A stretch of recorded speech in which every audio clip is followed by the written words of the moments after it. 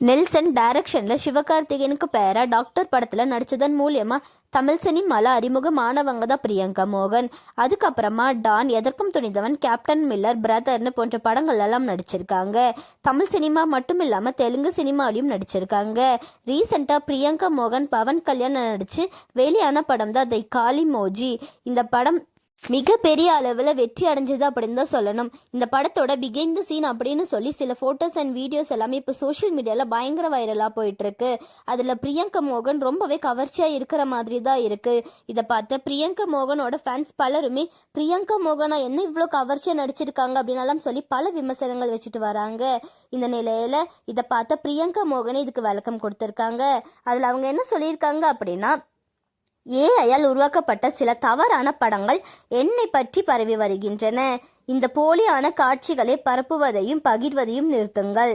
AI ஆனது தவறான தகவலுக்காக அல்லாமல் நெறிமுறை சார்ந்த படைப்பாற்றலுக்காக பயன்படுத்தப்பட வேண்டும்.